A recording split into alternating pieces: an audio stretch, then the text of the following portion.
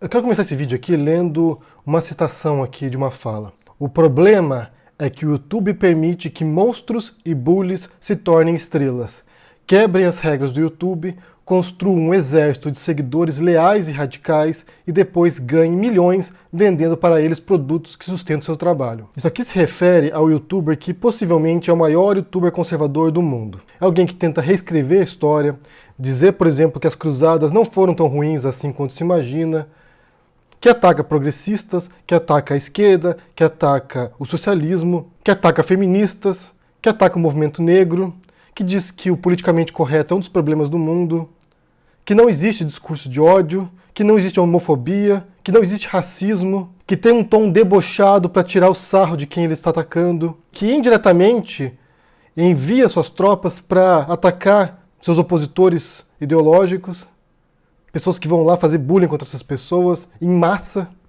milhares de pessoas que vão lá atacar outros canais ou outros influenciadores. Alguém que em toda oportunidade que tem, distorce as informações para puxar para o lado dele, para o viés ideológico dele. Eu acho que você até imagina de quem estou falando, né? Até veio à sua mente, provavelmente, um metalheiro frustrado aí que utiliza o YouTube para destilar ódio. Mas não é essa pessoa não. Na verdade, esse texto aqui se refere ao Steven Crowder. O Steven Crowder, ele tem um canal no YouTube que tem quase 4 milhões de inscritos. Como eu disse, possivelmente é o maior youtuber conservador do mundo. E esse Steven Crowder, ele é um misto de Nando Moura, ele é um misto de Mamãe Falei, Bernardo Kister, Kim Kataguiri e Caio Coppola.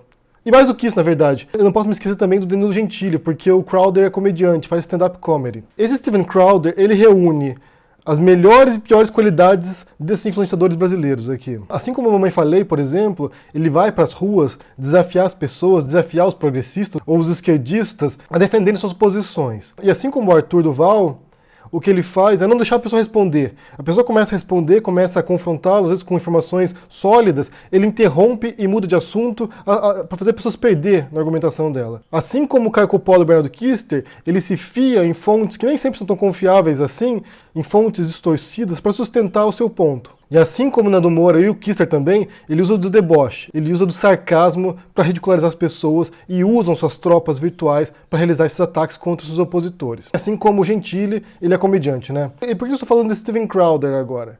Porque essa semana o canal dele foi quase completamente desmonetizado porque ele teria violado a política do YouTube. Na verdade foi um pouco mais complicado que isso, né? Ele há muito tempo faz conteúdo misógino, conteúdo racista, conteúdo homofóbico. Ele vende merchandising no canal dele homofóbico. Ele tem uma camiseta com as inscrições Socialism is for fags, que é socialismo é pra bicha, pra viado. E ele começou a perseguir um escritor do portal Vox, que é um excelente portal, na verdade.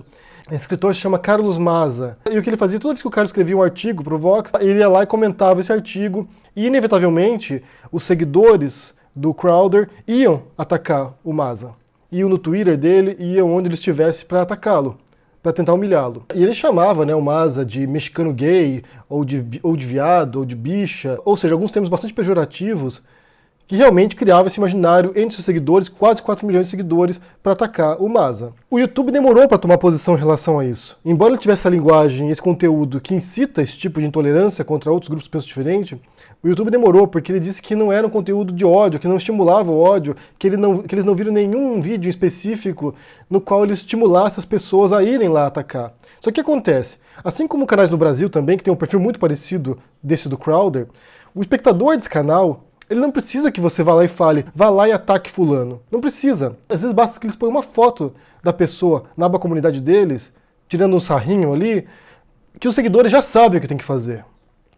Às vezes basta que eles mencionem essa pessoa num vídeo, que os seguidores sabem o que devem fazer. Sabem como deve atacar, sabem qual a linguagem que deve utilizar, que muitas vezes reproduz a linguagem que o youtuber também utiliza. É incrível. Quando vocês têm um canal no YouTube aqui, se um dia vocês tiverem, é incrível vocês perceberem como a linguagem dos inscritos das pessoas, quando elas vão te atacar, e eu já sofri vários ataques do Nando Moura, ataques do Bernardo Kister, então eu conheço muito bem isso. Quando você vê os comentários, eles reproduzem textualmente ali, palavra por palavra, do que as pessoas dizem. E não importa se é mentira ou verdade o que eles disseram, não importa. Eles reproduzem textualmente aquilo que eles disseram. Então os inscritos, os seguidores dessas pessoas, sabem o que fazer. Não é necessário que o Nando Moura diga aqui, vá lá e ataque o canal do Henry. Não precisa, porque as pessoas sabem o que fazer.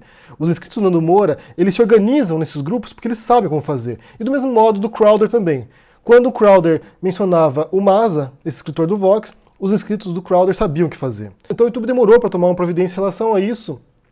E só tomou uma providência quando o Maza começou a expressar sua indignação em relação a esse assunto, né, esses ataques que sofria, e muita gente foi lá reclamar com o YouTube. Então ele se sentiu obrigado a fazer isso, e a desculpa deles foi que não houve nenhum tipo de infração da política interna do YouTube, mas que os produtos que o Crowder vendia, né, essas canecas, camisetas que ele vendia com conteúdo homofóbico, conteúdo intolerante, conteúdo de ódio, enquanto ele vendesse esses produtos no canal dele, que ele não poderia monetizar os vídeos dele. Eles não baniram o canal do Crowder, eles simplesmente retiraram a monetização. Então esse texto que eu li no começo aqui se refere a isso, olha. É um texto do Maza, é um tweet do Maza sobre esse assunto. O problema não é o Crowder, o problema não é a monetização, o problema é que o YouTube permite que monstros e bullies se tornem estrelas. E é exatamente isso. E essas pessoas, quando fazem sucesso na internet, quando fazem sucesso através do ódio, canalizando o ódio das pessoas, a indignação das pessoas, a revolta das pessoas, é um processo muito automático e quase imperceptível. Então vamos supor que, olha, teu filho, adolescente, 15, 16 anos, branco, hétero, vai lá e começa a assistir o YouTube. Católico também, ou evangélico, não importa. Começa a assistir o YouTube e cai num canal como o do Nando Moura. Ele assiste o que o Nando fala e concorda com algumas coisas. Fala assim, olha, realmente concordo com a opinião desse cara aqui, ele diz coisas que parecem fazer sentido. E na medida que ele vai assistindo esse canal, assistindo outros vídeos também, ele começa não apenas a concordar com aquilo que ele já concordava antes, mas passa a comprar também outros discursos dessa pessoa. Passa a comprar a linguagem, passa a comprar o pacote completo dessa pessoa. Ainda mais quando é um jovem em formação ainda, que ainda está formando suas opiniões sobre o mundo, que não tem muita leitura, que não tem muito acesso a diferentes opiniões, ele entra nessa bolha, ele entra nessa bolha de conteúdo, nessa bolha ideológica, e é muito difícil sair. Então o que há de fato é um processo de radicalização da informação. Quanto mais ele consome, mais ele vai entrando nesse mundo e mais radical ele vai ficando. E depois, esse youtuber transforma o canal dele numa máquina de fazer dinheiro. Vai vender produtos, vai vender cursos sobre assunto que ele não entende, que ele não domina, que ele não sabe.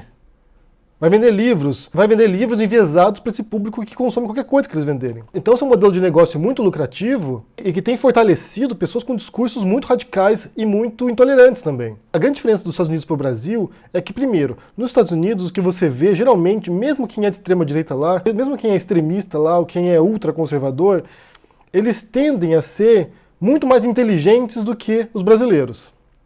Você vê o canal do Crowder, leva um tempo ali, é um par de vídeos ali, um bocadinho de vídeos que você leva para você começar a realmente perceber o conteúdo subjacente, como isso pode também levar ao extremismo das pessoas que assistem o Crowder. No Brasil é muito mais explícito. Você assiste um canal como o Bernardo Kister, por exemplo, ou do próprio Gentili, do Nando Moura, de cara você já saca, né? Se você tem um pouquinho de conhecimento sobre o assunto, de cara você já saca o conteúdo radical desse grupo aí e como isso é nocivo. Nos Estados Unidos e Canadá você leva um tempo. Por exemplo, Jordan Peterson. Jordan Peterson, na superfície, ele é muito racional, tem uma ótima articulação, consegue se expressar muito bem, tem pontos que fazem sentido, mas quando você começa a ver o conteúdo como um todo, a mensagem dele subjacente e como isso afeta as pessoas, você vê que é um conteúdo muito prejudicial para o debate político como um todo. Pode até fazer sentido no nível, mas nas profundezas tem uma mensagem muito tóxica e muito prejudicial. Ou mesmo o Ben Shapiro.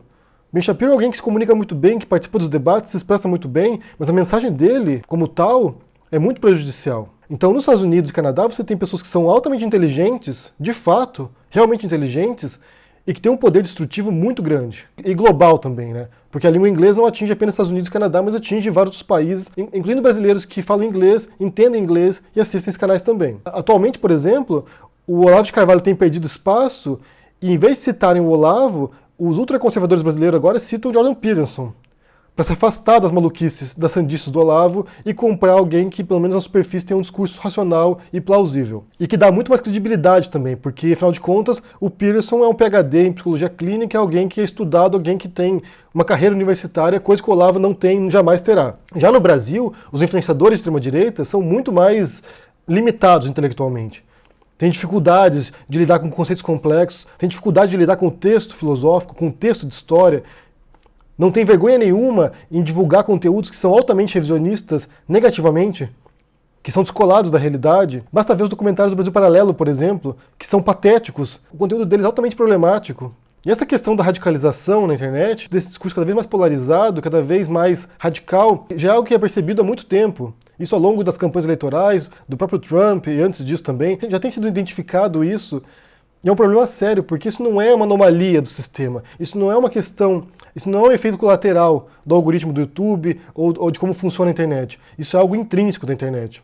Isso é algo que faz parte da internet desde os princípios. Eu já mencionei esse livro aqui antes, do Jamie Bartlett, que é The Darknet, que fala sobre isso. Como desde o começo a internet tem essa característica de polarizar as pessoas, de dividir as pessoas, de extremar o discurso, de radicalizar as pessoas, de estimular o ódio, de estimular a intolerância. E essas pessoas aí, esses influenciadores, sabem utilizar muito bem essa plataforma para criar esse tipo de discurso extremado. E o YouTube simplesmente não sabe lidar com isso.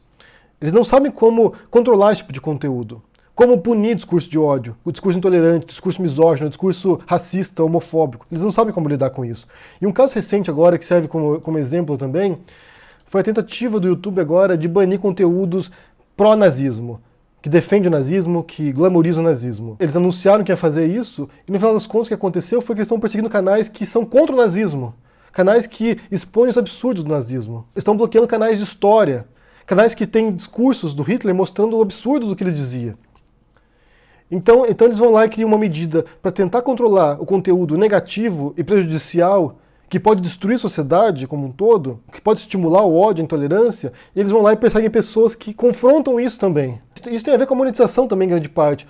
Algumas vezes bloqueiam o canal, algumas vezes bloqueiam os vídeos, mas outras vezes prejudicam financeiramente os criadores. Então, por exemplo, vem a Damares aqui e diz uma besteira sobre ideologia de gênero.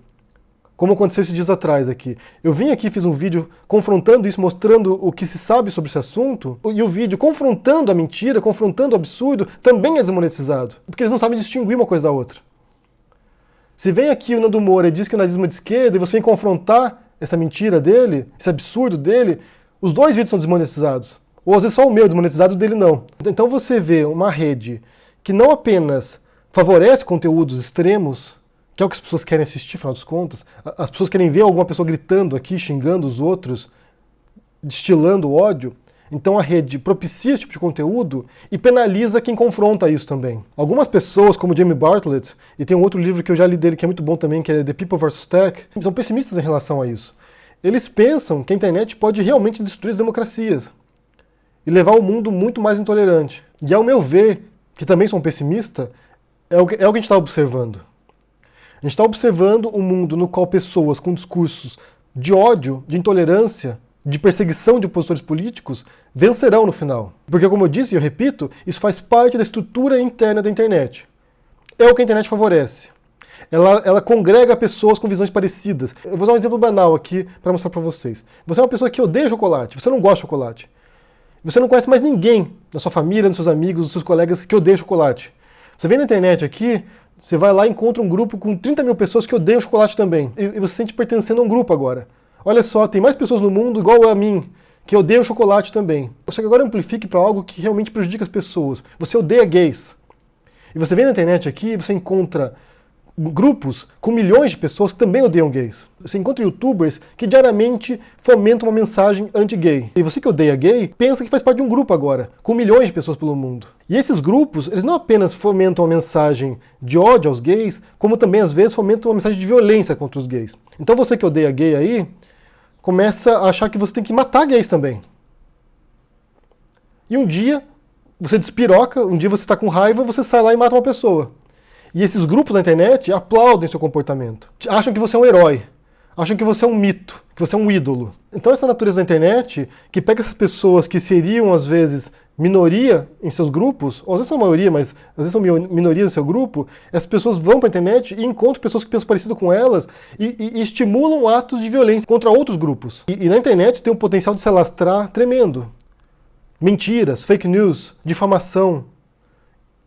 É muito mais fácil você espalhar uma mentira para milhões de pessoas do que você corrigir essa informação mentirosa e atingir esse mesmo público. Vem aqui no Nando Moura, que tem 3 milhões e meio, e faz um vídeo defendendo o nazismo de esquerda, por exemplo, isso tem um potencial destrutivo enorme. E você vem tentar corrigir essa informação, isso tem um potencial muito menor de atingir pessoas. Então o estrago, por exemplo, que esse Steven Crowder fez no público norte-americano, com seus quase 4 milhões de inscritos, é muito pior do que tentar consertar o estrago que ele fez. Principalmente porque o ódio tem o poder de unir as pessoas muito maior do que a tolerância. E essa característica já era percebida há muito tempo. Se você ler, por exemplo, a carta que o Martin Luther King Jr. escreveu na prisão em Birmingham, ele já dizia isso.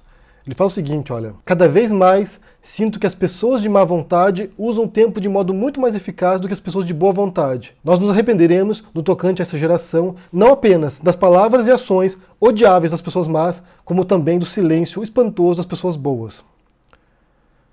O Martin Luther King Jr., que foi líder da luta por direitos civis nos Estados Unidos, que foi assassinado por causa disso, já compreendia que as pessoas que pensam ser boas, que pensam ser cristãs, que pensam estar lutando pelas coisas decentes, conseguem unificar os demais através do ódio muito mais do que quem luta por causas de tolerâncias, por causas realmente cristãs. Porque a mensagem do cristianismo é isso, de tolerância ao próximo, de amor ao próximo. Que é o caso desse Crowder aí. Ele se diz cristão, se diz conservador, e no fundo a mensagem que ele pregava era de ódio, de intolerância e de perseguição a gays, de perseguição a feministas, de perseguição a progressistas, de perseguição a quem pensa diferente dele. Você tem uma plataforma como o YouTube e a internet como um todo que permite que essas pessoas congreguem através do ódio. E é muito difícil que essas plataformas tomem alguma providência. E nessa questão do Crowder aí, se ele realmente propagou mensagem de ódio, a punição de desmonetizar o vídeo dele, o canal dele, é muito pouca. E aqui a gente retorna também, mais uma vez, ao paradoxo da tolerância, do Karl Popper.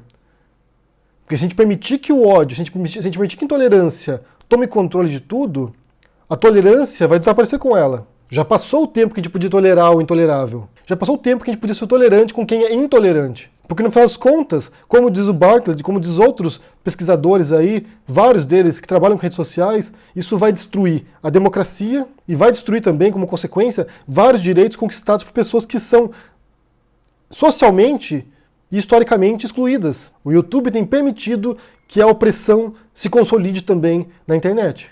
Eu quero saber se vocês acompanharam essa história aí do Crowder. Eu vou deixar vários links aqui sobre essa história, né? Explicando o que aconteceu, qual foi o contexto disso aqui, quais foram as medidas insuficientes que o YouTube tomou em relação a isso.